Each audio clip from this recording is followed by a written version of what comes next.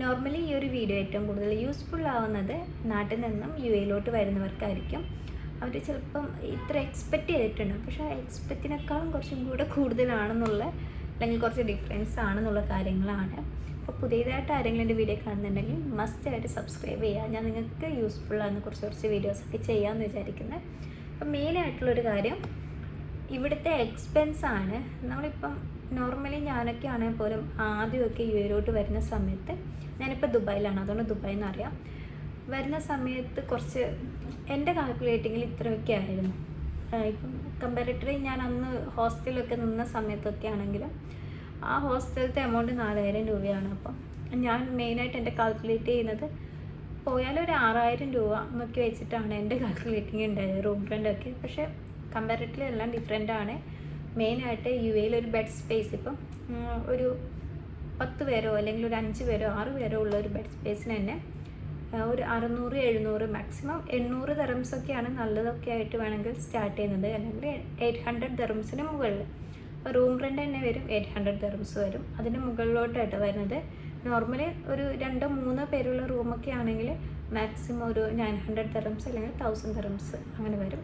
അതാണ് ഒരു മാസത്തെ നമ്മളെ റൂം റെൻ്റ് വരുന്നത്. കമ്പാരിറ്റീവ്ലി നാട്ടിൽ ചെയ്യുമ്പോൾ 22,000 റുപ്പീസൊക്കെ വരും. ഓക്കെ, പിന്നെ മെയിനായിട്ട് ഫുഡിൻ്റെ കാര്യമാണ്.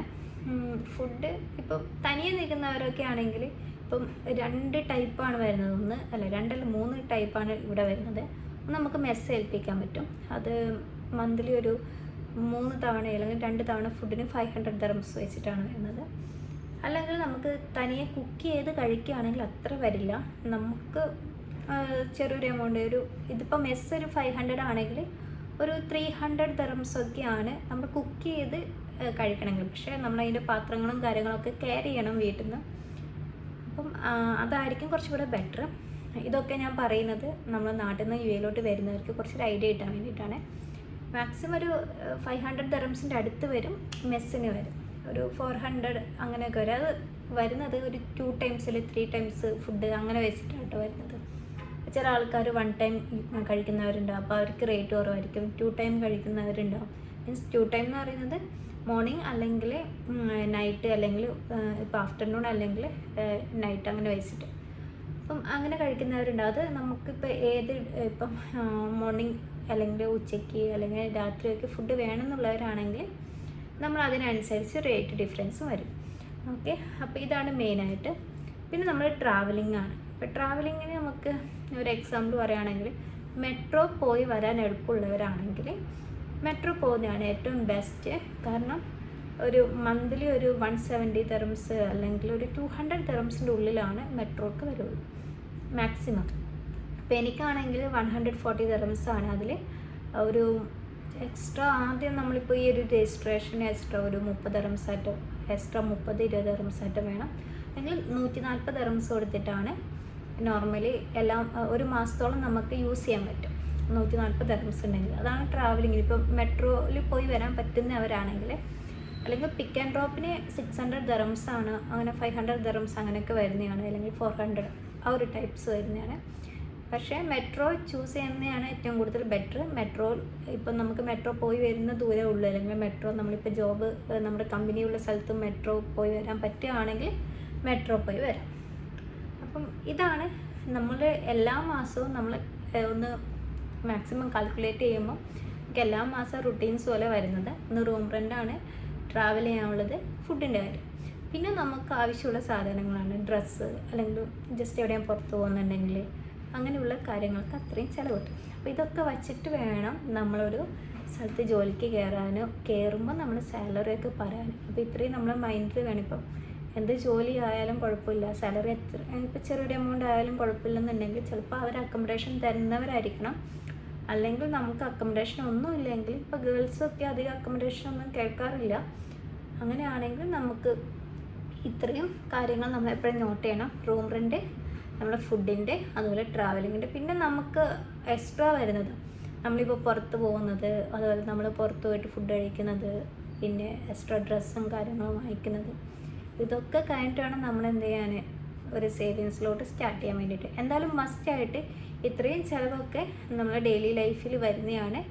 നമുക്ക് റൂം റെൻ്റാണ് മെയിനായിട്ടുള്ളൊരു ഇഷ്യൂ വരുന്നത്. അത് ബെഡ് സ്പേസ് ഒക്കെ ആകുമ്പോൾ ഇപ്പം ഒരു 800-900 ദിർഹംസ് വരും. അല്ലെങ്കിൽ ഇപ്പോൾ ഒരു ചെറിയൊരു പാർട്ടീഷൻ പോലെ, ഇപ്പം മീൻസ് ചെറിയൊരു ഒരാൾക്ക് നിൽക്കാൻ പറ്റിയ മാത്രം റൂം പോലെ ആണെങ്കിൽ ഒരു 1200-1250 വരും.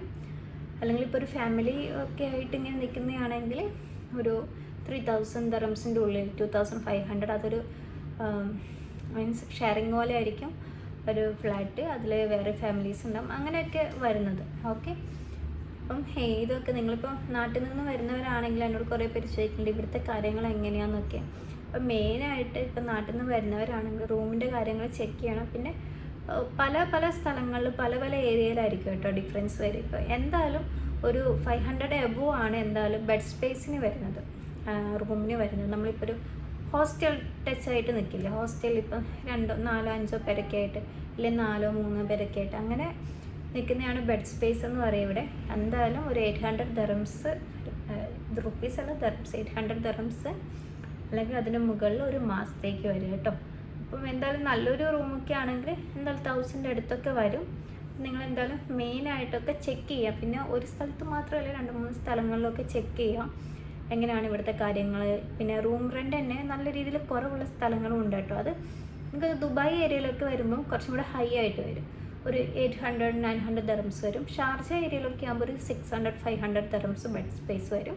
ഇപ്പോൾ കമ്പാരിറ്റീവ്ലി അബുദാബിയൊക്കെ നോക്കുകയാണെങ്കിൽ 600-500. ആ ഷാർജ അബുദാബിയൊക്കെ സെയിം റൂം റെൻ്റൊക്കെ കുറച്ച് കുറവാണ്, 500-600 ഒക്കെയാണ് വരുന്നത്. പക്ഷേ ദുബായിലോട്ട് വരുമ്പോൾ 800-900 ഒക്കെയാണ്. ഇപ്പോൾ എൻ്റെ ഫ്രണ്ട്സൊക്കെ അങ്ങനെ നിൽക്കുന്നവരൊക്കെ ഉണ്ട്, അവർക്കൊക്കെ റൂം റെൻ്റ് ഇപ്പോൾ ബെഡ് സ്പേസ് ആയി നിൽക്കുന്നവർക്കൊക്കെ ആണെങ്കിൽ 900 ദിർഹംസ് 800 ദിർഹംസ് ഒക്കെയാണ് വരുന്നത്. അപ്പോൾ എന്തായാലും ഇത് നിങ്ങൾ എങ്ങനെയാണെങ്കിലും ഈ ഒരു എമൗണ്ട്, ഇപ്പോൾ റൂം റെൻറ്റിൻ്റെയും ട്രാവലിങ്ങിൻ്റെയും അതുപോലെ ഫുഡ് എക്സ്പെൻസിൻ്റെയും ഒക്കെ ഈ ഒരു എമൗണ്ട് എപ്പോഴും നിങ്ങളിപ്പം വിസിറ്റിംഗ് വിസയൊക്കെ എടുത്ത് വരുന്നവരാണെങ്കിൽ നിങ്ങളെ കയ്യിൽ കാണണം. പിന്നെ നമുക്ക് ഇവിടെ ട്രാവലിങ്ങിൻ്റെ എന്ന് പറയുമ്പോൾ നമുക്ക് ഐഡിയ ഉണ്ടെങ്കിലാണ്, നമുക്കത് രജിസ്റ്റർ ചെയ്തിട്ടുണ്ടെങ്കിൽ മാത്രമാണ് നമുക്ക് ട്രാവൽ ചെയ്യാൻ വേണ്ടിയിട്ട് ചെയ്യാൻ പറ്റുള്ളൂ. ഒരു മാസത്തേക്കെല്ലാം പാസ് എന്നുള്ള രീതിയിൽ എടുക്കാൻ പറ്റുള്ളൂ. അല്ലാത്തവരാണെങ്കിൽ നമ്മളിപ്പോൾ നോർമൽ യൂസേജ് ഒക്കെ ആണെങ്കിൽ മെട്രോ കാർഡ് റീചാർജ് ചെയ്തിട്ട് വേണം യൂസ് ചെയ്യാൻ വേണ്ടിയിട്ട്. Okay, bye bye.